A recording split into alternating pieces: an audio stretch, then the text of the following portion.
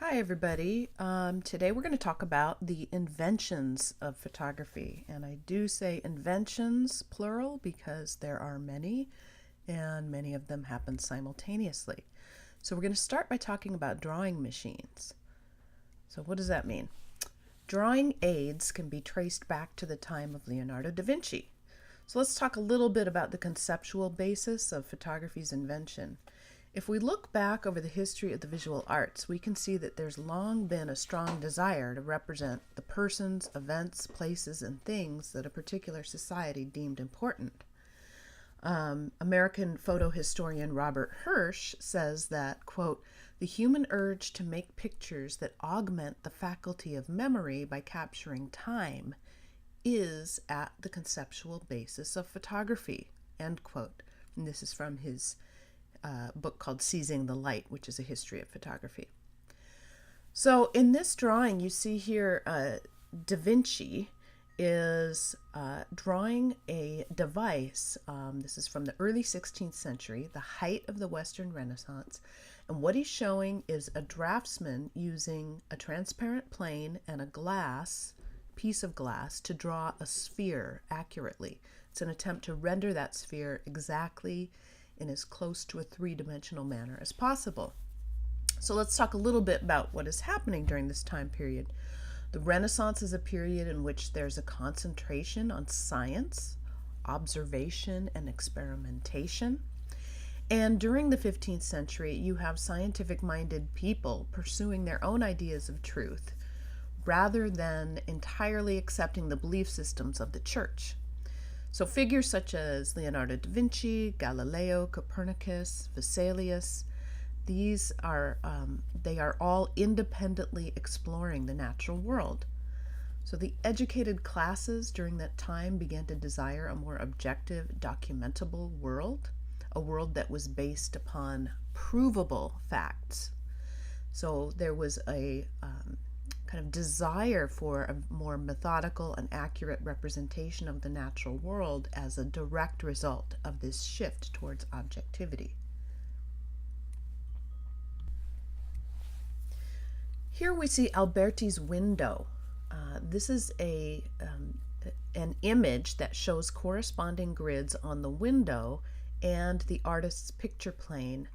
And this is an attempt to aid the artist in rendering precisely what is outside the window in exact proportions, in this case in a smaller scale, onto paper on the inside.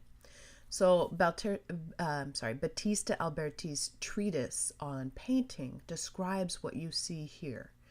A, quote, theoretical window, end quote, through which an artist is to view the natural world and through proportional gridding would be able to paint what was seen. German artist Albrecht Dürer adapted these camera-based principles in an effort to draw using linear perspective and proportion. So notice how the eyepiece is positioned in front of the artist here, and its similarity to looking through a camera's viewfinder. And here's an example of a very similar device, much more recent, although 20th century, and it works in essentially the same way.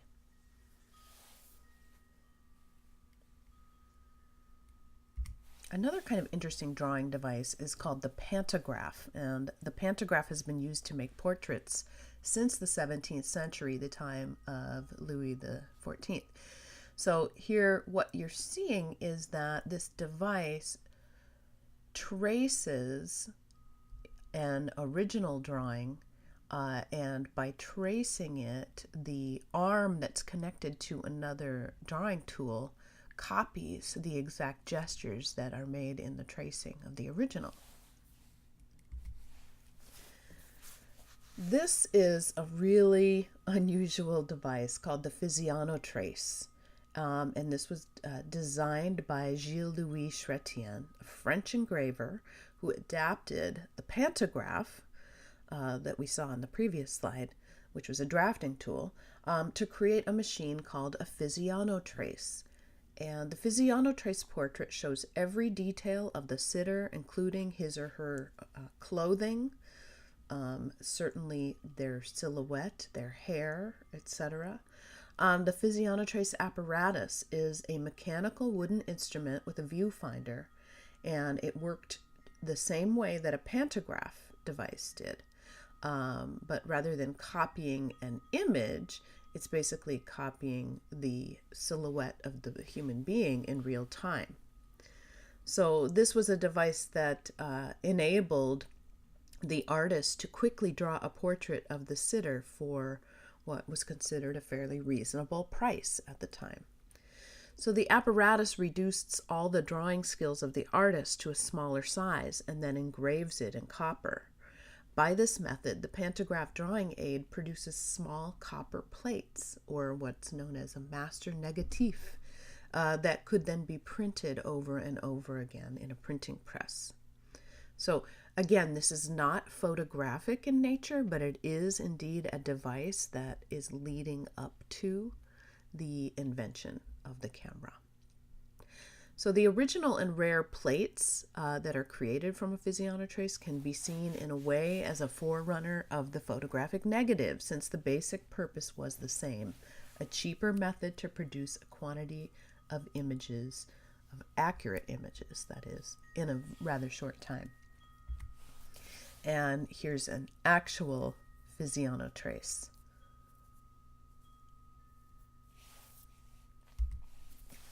And this shows you the device being used. It's a technique that was a form of entertainment for the bourgeoisie. And both the popularity of the silhouette and the physionotrace, which would produce these multiple images through engraving, really fulfilled the desires of a growing middle class in 18th century Europe. These were less expensive means to make portraits than painting. And here's an example of a physionotrace image that was then hand colored. So it essentially gives you a very linear outline, and then the artist would have to go in and add details after the fact. Interestingly enough, the popularity of the silhouette portrait came with the growing belief that human character could somehow be determined by examining facial features. A similar ideology is occurring in the natural sciences, where scientists are looking for objective truth in visual data. Okay, so here's another device. This one is called the camera lucida, or light chamber. And this can be used in the light during the day. And the way that this device works is that there is a mirror, which is half silvered, allowing reflections to be visible, but one can still see through it. And it's essentially an optical illusion that the operator of the camera lucida can see the subject projected on the paper, or so it appears in any case. To give you a better idea of how this works, let's look at this image. So you'll notice it is like a pentaprism, and the artist will look through it, and as the light is bouncing from one surface to the next and into the eye, it actually appears like the object is on the piece of paper. So the artist then simply traces what he or she sees. Here's an example of a drawing that was made by somebody using a camera lucida, and this is actually by William Henry Fox Talbot, who is one of the inventors of photography. So you can see it's a pretty rudimentary outline drawing, or contour style drawing, not giving a whole lot of detail, but simply giving you an outline and placement of precise proportions.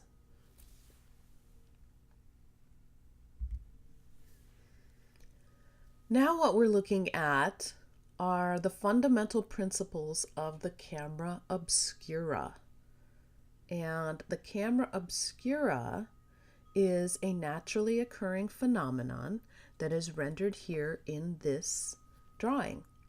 And the function of the camera obscura had been known for centuries, possibly all the way back to Chinese philosopher Mo Ti in 500 BC, and certainly back to Aristotle's time.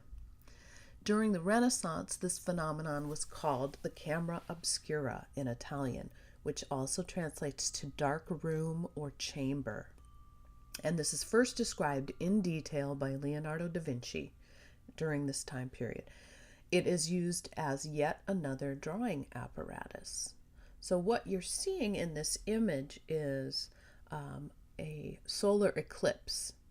And we all know that we are not supposed to view a solar eclipse with the naked eye.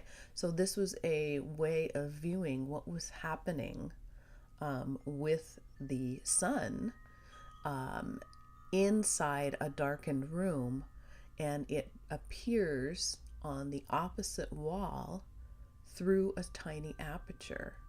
And typically the image is completely upside down. Here's another example that shows you this idea.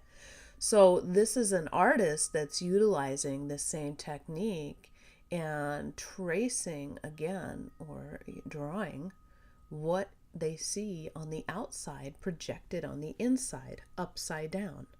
So it's widely believed that many famous painters of the time, such as Caravaggio and Johannes Vermeer, utilized a camera obscura in assisting to compose their artworks.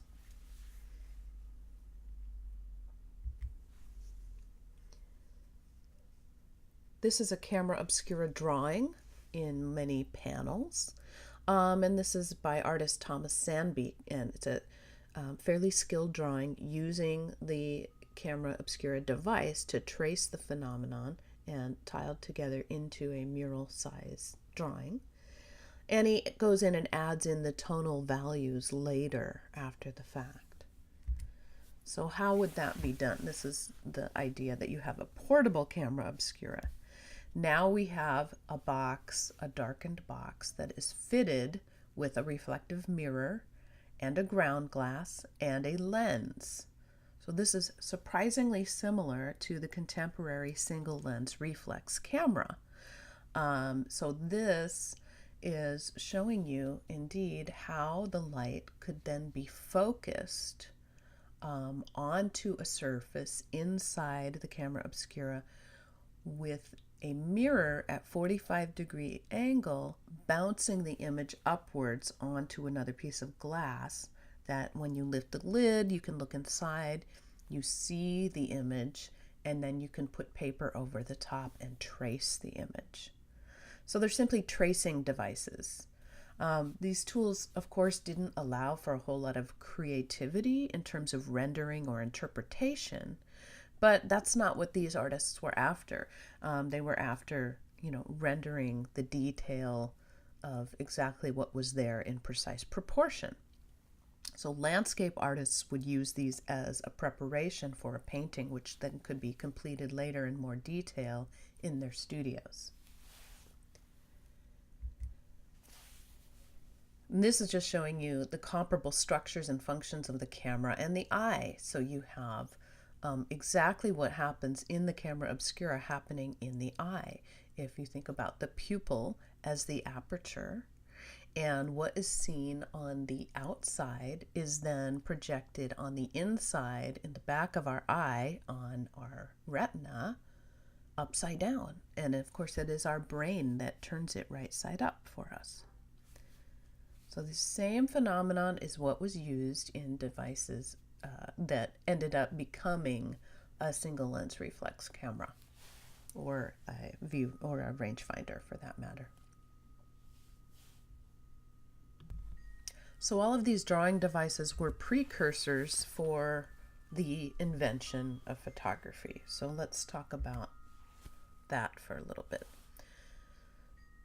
So what we're looking at here is a 17th century image of Cardinal d'Amboise. This was one of the most popular and commercially successful engravings in France, so people would purchase this. And Joseph Niépce copied the image onto a pewter plate by photographic means as an experiment to show that the process would make it possible to print multiple copies. So he called this process the heliograph. Niépce was an inventor. He was interested in lithography and the ability to make multiple prints using a technique that had subtler lighting and rendering effects than engraving and woodcut. Since Niépce didn't really have any artistic ability, he began to experiment with ways in which light would render an image directly using photosensitive materials. So early on, he used silver chloride, a solution that was known to darken with exposure to light for some time. In fact, others had been experimenting with silver nitrate and silver chloride prior to Niépce, such as the French artist and cartographer Antoine Florence, as well as scientists Thomas Wedgwood of the famous Wedgwood pottery and Humphrey Davy. So some scientific research in this direction had been published and may have been available to Niépce. So this is how he knew to experiment with those particular materials, silver-based materials.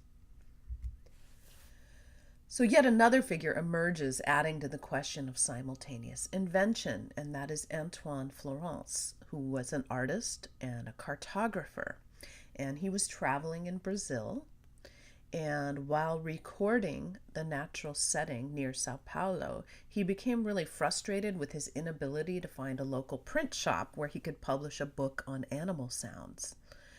So he began experimenting with a printing technique that he called polygraphy, meaning multiple writing. And he was using glass plates, gum arabic, and soot. So his process was much like a printmaker in etching, using darkened glass with text, and then making contact prints with paper treated with silver chloride.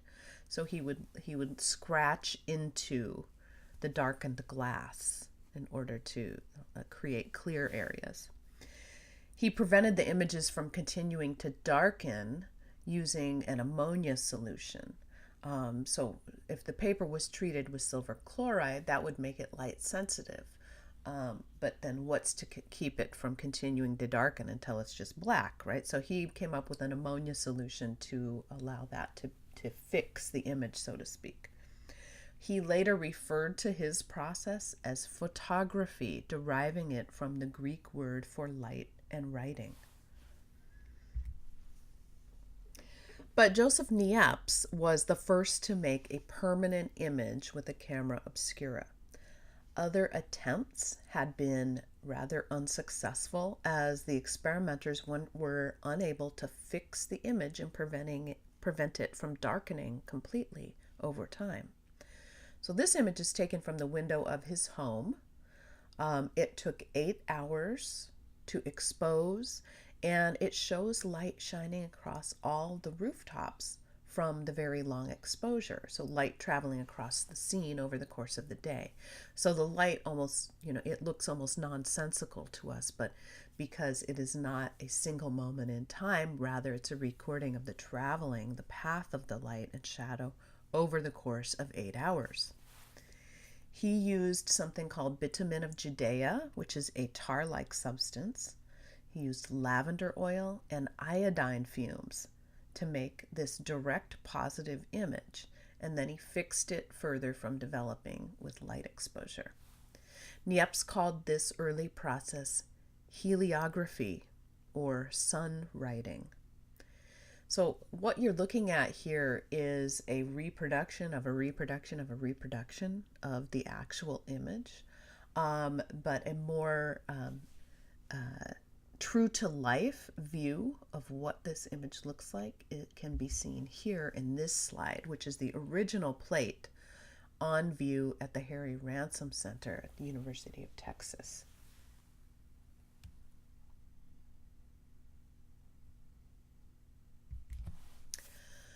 Okay, on to Louis-Jacques Mondé Daguerre. Very long name. We'll just say Daguerre from here on out. Daguerre was a scenic artist. He was working for the theater and co-proprietor for something known as the Diorama, a fantastic theater in Paris known for its dramatic sets and illusions. Daguerre often used the camera obscura to produce some of his special effects. Niépce met Daguerre through a man named Charles Chevalier, who was a maker of optical instruments in Paris. So at Chevalier's shop, the two met and they decided to collaborate and were interested in finding a way to make the camera obscura images more permanent. So Daguerre would provide Niépce with an improved camera, and Niépce would show Daguerre how he created his heliograph image. So unfortunately, Niépce died in 1833, and he left much of his research with Daguerre. What we're looking at here is an ink wash drawing that was done by Louis Daguerre, just showing that he had an artistic background. So here what we're looking at is possibly the oldest surviving daguerreotype. Niépce had been using copper plates coated with silver to yield better picture quality prior to his death. So Daguerre took that and experimented with these particular materials and added mercury fumes, which would further develop the picture, making it much more visible. In 1837, Daguerre discovered that common table salt would stop the light-sensitive material from continuing to darken with light exposure. So this image shows a variety of surface textures demonstrating the high quality of rendering that was possible with the daguerreotype. So these are just objects, plaster casts, a wicker bottle, various objects in his studio set up as a kind of a still life and then photographed.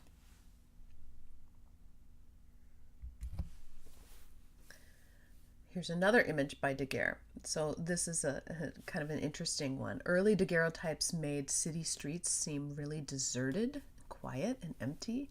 And the movements of pedestrians and carriages were really too fast to be recorded on the plate. The reason is that it would take sometimes hours for an image to show up. In this case, I think we're down to a few minutes. But in any case, the only figures that you see visible on the street are a man having his shoes shined.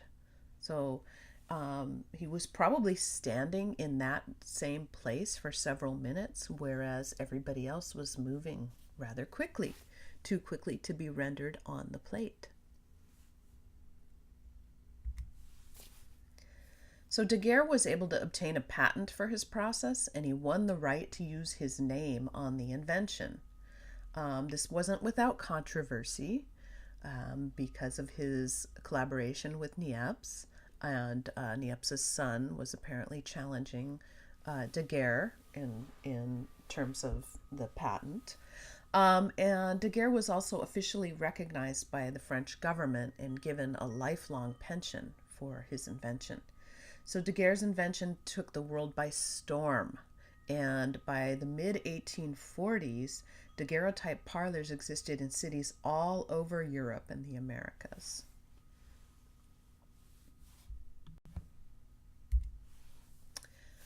Hippolyte Bayard is another man who was interested in experimenting with photographic processes during the same time period. So he was interested in trying to make a direct positive image using silver chloride and iodine-soaked paper. And he used paper rather than a metal plate. And he displayed many of his direct positive prints in 1839, but he was never officially recognized, as the case was with Daguerre. So this image is seen as a dramatic response to basically being dissed by the French government.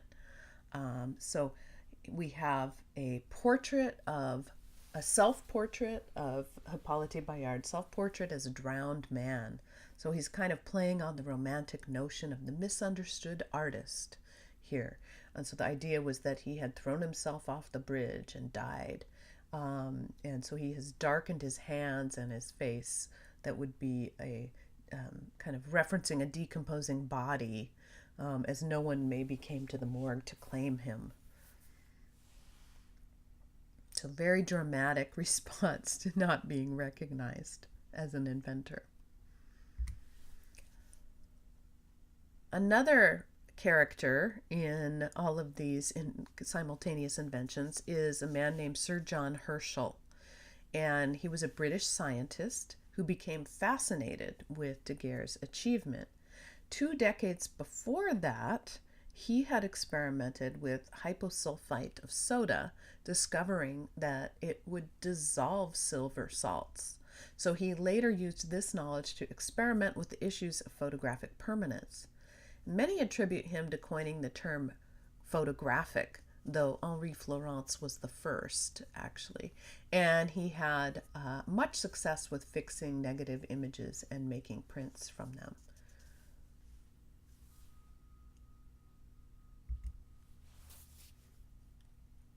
Another friend of Herschel's is William Henry Fox Talbot, a British naturalist and scholar. He had some successes with making what he referred to as photogenic drawings. We might call them photograms, and he did that as early as 1833. Fox Talbot's early attempts were made without a camera. Instead, he placed objects directly on paper sensitized with silver chloride. He then soaked the writing paper in salt, let it dry, then coated it with a very thin layer of silver.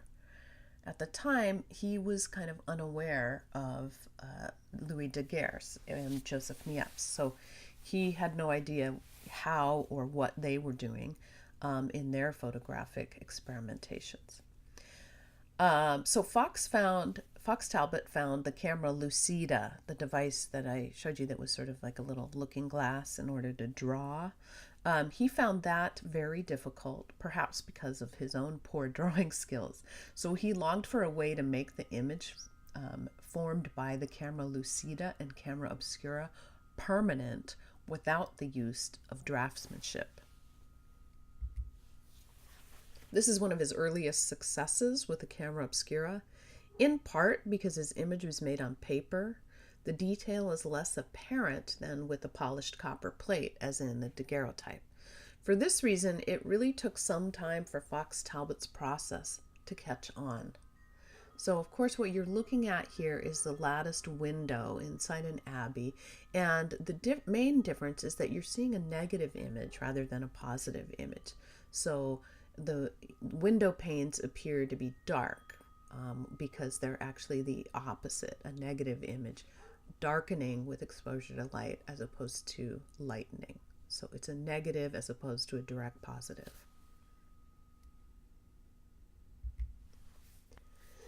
At hearing of Daguerre's success in France, Fox Talbot immediately contacted the British Scientific Ministry about his own experiments. Fox Talbot improved upon his invention, calling it the calotype after the Greek word for beauty, kalos. He patented his process in 1841. His process was actually twofold. A calotype paper negative is created in the camera.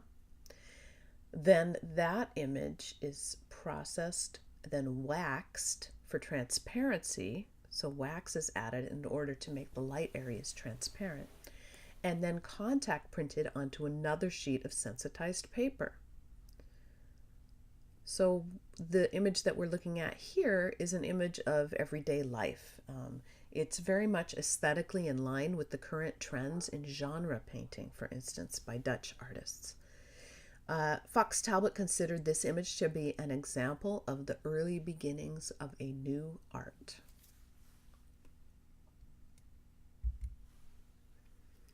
While Daguerre largely discontinued his experimentation after he received a lifelong pension, Talbot continued to explore the bounds of the medium.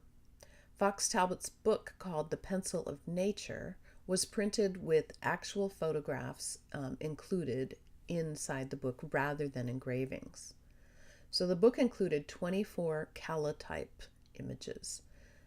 This particular image illustrates photography's record-keeping ability. So other images in the book included biology specimens, sculpture, reproductions of sketches and engravings, a man of leisure himself. Talbot really had an interest and a grasp on multiple fields in which the medium would be used. So this is a salt print. So this is the kind of print that would be made from the calotype negative. And you'll notice that Fox Talbot's images have a much kind of more grainy quality than the daguerreotype. And that is indeed because the negative is not as crisp due to the interference of the fibers of the paper, because it's a paper-based process. So in some ways, for this reason, the daguerreotype, the photographic image made on metal, took hold much more quickly and broadly as the medium of choice with the public.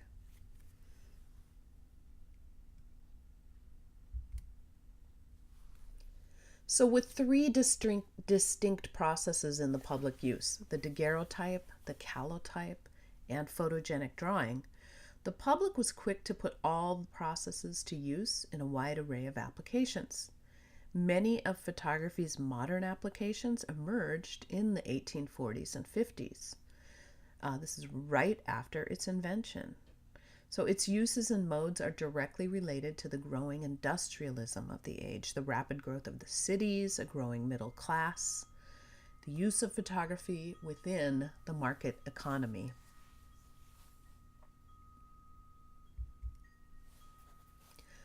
So some early photographers followed the conventions of fine art forms, such as landscape painting.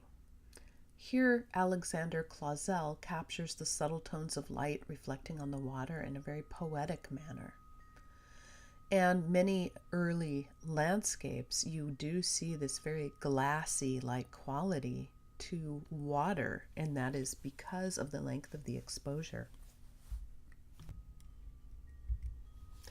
An Austrian scientist, Anton George Martin, also experimented with photography using the pictorial tradition of landscape.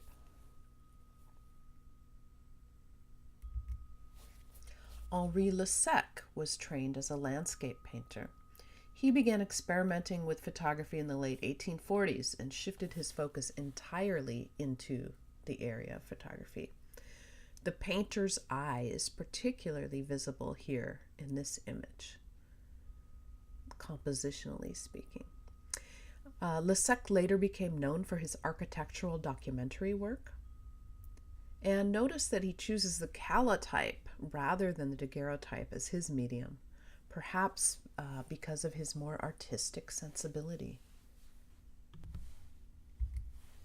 Here's our friend Hippolyte Bayard again.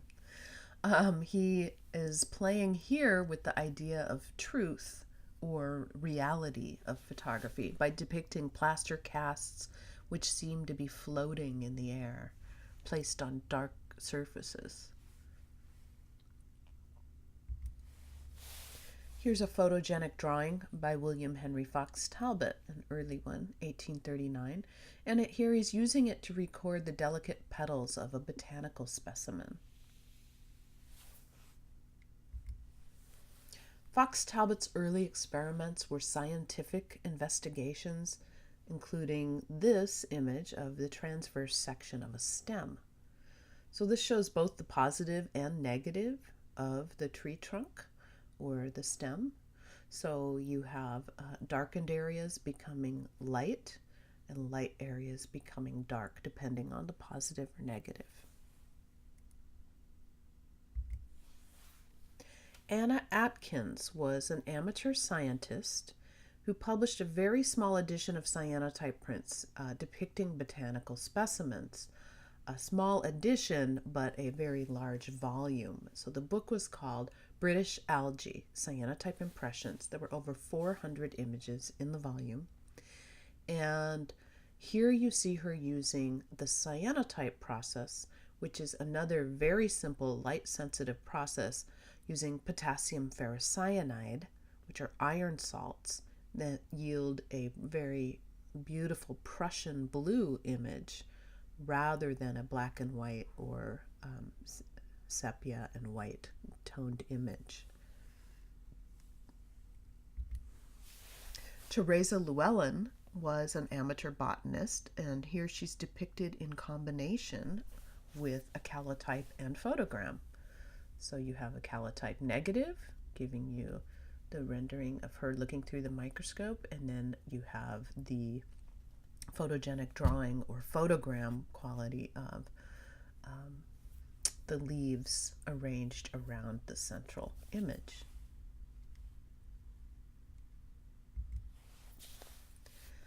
So looking again at science, micro and macro. So this is distorted by the lens.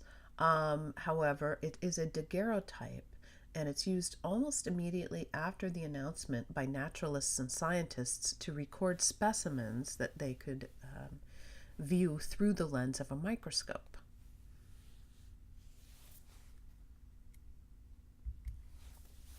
Because daguerreotypes were one-of-a-kind images, it was common practice to make engravings based on the daguerreotypes for reproduction purposes. So at this point, there's not yet a method of reproducing daguerreotype prints, as becomes invented later in the century. Daguerreotype images are one of a kind. So in order to make multiple copies, they would simply have to be copied by an artist on a copper plate via a printmaking process. And just as scientists thought to use the process to record images through a microscope, we see astronomical photographs taken through the telescope. Clear images of very far away celestial bodies. These are very difficult as the distance doesn't allow for very detailed imagery. So here what we're seeing is the eclipse of the sun in its several stages.